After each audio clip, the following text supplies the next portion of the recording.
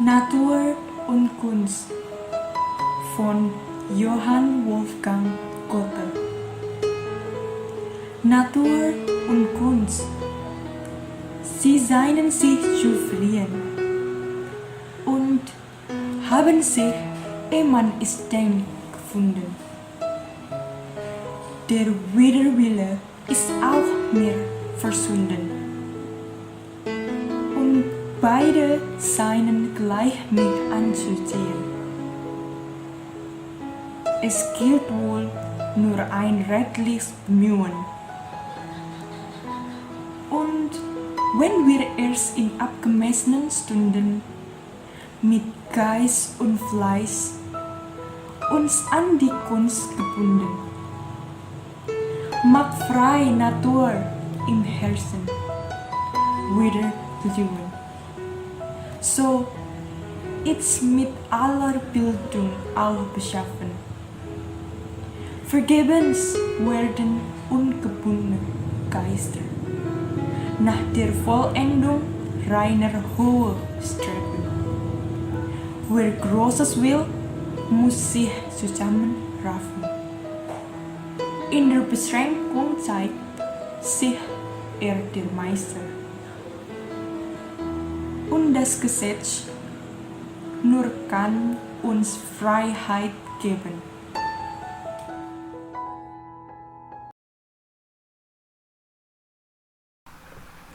Assalamualaikum warahmatullahi wabarakatuh. Halo Loite, perkenalkan nama saya Sarisa Fitri dengan NIM 1901427. Di sini saya akan membahas karya sastra bahasa Jerman yang berjenis puisi yang berjudul Natur und Kunst karya Johann Wolfgang von Goethe. Sebelum masuk pada pembahasan analisis puisi, kita sudah mengetahui dan mendengarkan syair dari puisi yang telah ditampilkan sebelumnya.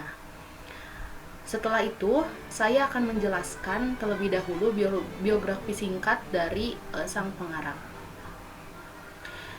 Johann Wolfgang von Goethe adalah seorang penyair, penulis naskah, novelis, ilmuwan, negarawan, sutradara teater. Ia lahir di Frankfurt, negara bagian Hessen, Jerman, pada tanggal 28 Agustus 1749. Goethe dianggap sebagai sastrawan terbesar di Jerman karena Goethe telah menulis karya-karyanya hampir lebih dari 1000 karya tulis seperti puisi, novel, naskah pertunjukan drama, dan lain-lain. Berkat karya-karyanya, Goethe disebut sebagai salah satu seniman sastra Jerman yang sangat berpengaruh di dunia sastrawan.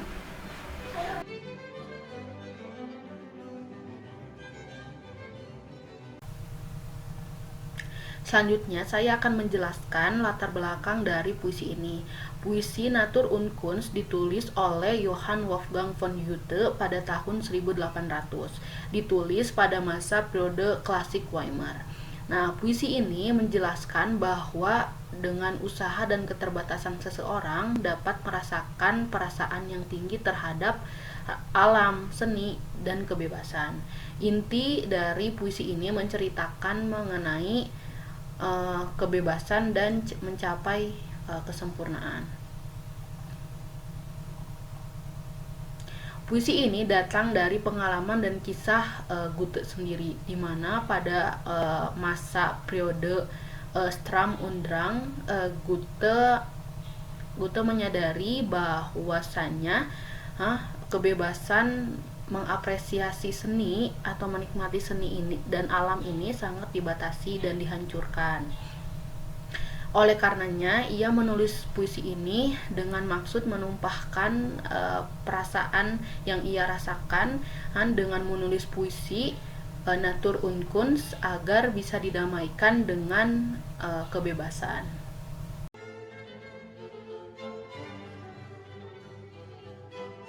Selanjutnya, saya akan menjelaskan mengenai analisis bait puisi. Bait pertama menceritakan bahwa alam dan seni adalah tampak saling berjauhan, di mana kata kerja juplichen secara langsung membangkitkan konotasi jarak dari diri pembaca. juga mengilustrasikan seolah-olah elemen tersebut kedua elemen tersebut tidak memiliki kecocokan. Namun hal tersebut dibantah oleh baris kedua di bait pertama yang menyatakan menemukan satu sama lain. Ini juga bisa mengartikan keduanya saling memiliki. Kemudian di baris ketiga menyatakan der Widerwille is auch mir verschwunden, dan ini konsisten dengan temuan sebelumnya di baris pertama yang menunjukkan bahwa keengganan pasti akan selalu ada sebelumnya. Kemudian di baris keempat und beide scheinen gleich mit anzusehen, kata kerja anzusehen lebih jauh memperkuat kontras dengan kata kerja juflichen antara bait ke-1 dan bait ke-4. Pada bait pertama ini interpretasi puisi yang saya tangkap yaitu bahwa alam dan seni terlihat melarikan diri, dan sebelum orang-orang berpikir menemukan keengganan tersebut, keduanya terlihat memikat. Kemudian kita lanjut pada bait kedua. Bait kedua dimulai dengan sedikit perubahan dalam puisi karena dimulai dengan sentuhan atau seruan dan juga memperkuat alam dan seni dalam konteks yang berbeda. Nah, bait kedua di baris pertama yang berbunyi Es gilt wohl zur Einredlich Bewunsch, atau di sini adanya kata bewun, kejujuran, mengedepankan konsep upaya dan membangkitkan konotasi kerja. Ini merupakan perubahan dari bait pertama karena alam dan seni dipertemukan secara umum di sana. Selanjutnya seruan tersebut mengembangkan karakter umum karena isi puisi tidak lagi diceritakan hanya dari sudut pandang di bait pertama. Di sini di bait kedua penulis mulai menekankan hubungan antara seni dan alam. Kemudian penulis juga menandai cara-cara di mana kedua konsep itu saling mendekati dan melengkapi. Nah, di bait kedua ini menjelaskan bahwa seni dianggap sebagai keterampilan yang hanya dapat dipahami dan diketahui melalui kerja, ketekunan, dan dedikasi. Kemudian hal tersebut diperkuat oleh baris ke-6 dengan adanya kata Abgemessene Stunden atau jam terukur yang digunakan di sini memperkuat konotasi kerja dan usaha.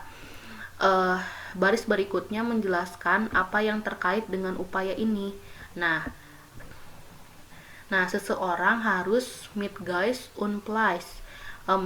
Kata mit Geist und Fleiß memperkuat ekspresi kata-kata ini, terutama karena mereka juga cocok dengan konteks klasik puisi ini.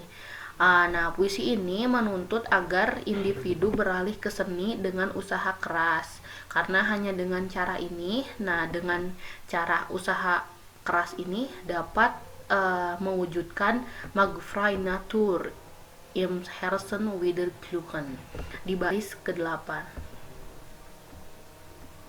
Ini berarti bahwa baris ini menceritakan ketika seorang mengabdi dirinya secara besar-besaran pada seni, ia juga akan merasakan kebebasan alam. Pada bait kedua ini saya menginterpretasikan adanya upaya kejujuran dan dengan usaha dan kerja keras dalam waktu tertentu, dengan usaha dan ketekunan pun kita bisa terikat pada seni. Kita dapat keindahan dari seni dan kebebasan dari alam, sehingga menjadi suatu keharmonisan untuk mencapai suatu tujuan. Pada bait ketiga ada titik baliknya. Realisasi yang digambarkan dalam bait kedua sekarang memperluas Semua yang dibahas di bait pertama dan kedua ada keterikatannya dengan pendidikan, di mana ada kata di mana berisi kesinambungan dengan pendidikan yang terkait pada jiwa dan sebuah upaya yang tinggi pada penyelesaian murni. Nah, di bait ketiga ini saya menginterpretasikannya bahwa bahwa keindahan dari seni dan kebebasan dari alam ini bisa berkesinambungan dengan pendidikan, sehingga bisa bertujuan untuk memajukan pendidikan. Kemudian di bait keempat dan terakhir, puisi ini mengikuti bait sebelumnya, tidak hanya dari segi isi tetapi juga secara formal. Nah, keempat ini menceritakan hanya mereka yang berusaha dan tidak kehilangan arah, yang tidak pernah melupakan tujuan mereka, yang akan mampu mencapai semua yang direncanakan. Dalam bahasa Indonesianya, jika Anda menginginkan hal-hal besar, Anda harus menyatukan diri. Hanya dalam keterbatasanlah sang master menunjukkan dirinya.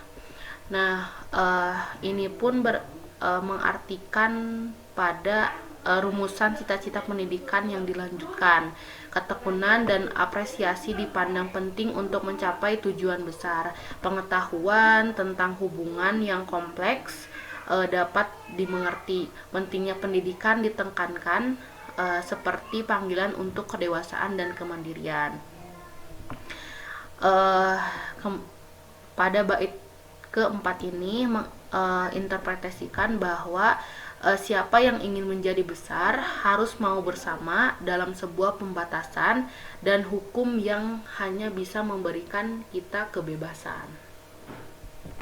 Kesimpulannya, puisi ini berkaitan dengan ciri-ciri zaman klasik bersifat idealis, di mana puisi ini dapat membentuk kepribadian seseorang. Puisi Natur und Kunst penuh dengan intrik-intrik kemanusiaan, kesempurnaan, moral, dan harmoni. Puisi yang berjudul Natur und Kunst menjelaskan bahwa keduanya adalah hal yang saling mengikat dan bertujuan untuk memajukan pendidikan. Seperti dijelaskan pada bait ketiga bahwa semua ada keterkaitannya dengan pendidikan. Puisi yang ditulis oleh Goethe bersifat tertutup dan sulit dimengerti karena banyak menggunakan kata-kata kiasan. Dari judulnya sudah bisa dikatakan bahwa Natur und Kunst adalah suatu yang sangat menarik, di mana seni sering dikaitkan dengan alam, begitupun sebaliknya. Maka tak jarang karya-karya seperti lukisan, puisi, ataupun drama banyak menggambarkan tentang alam. Keduanya saling berhubungan, membentuk sebuah harmoni keindahan. Demikian analisis puisi yang dapat saya sampaikan. Kurang lebihnya mohon maaf. Terima kasih. Wassalamualaikum warahmatullahi wabarakatuh.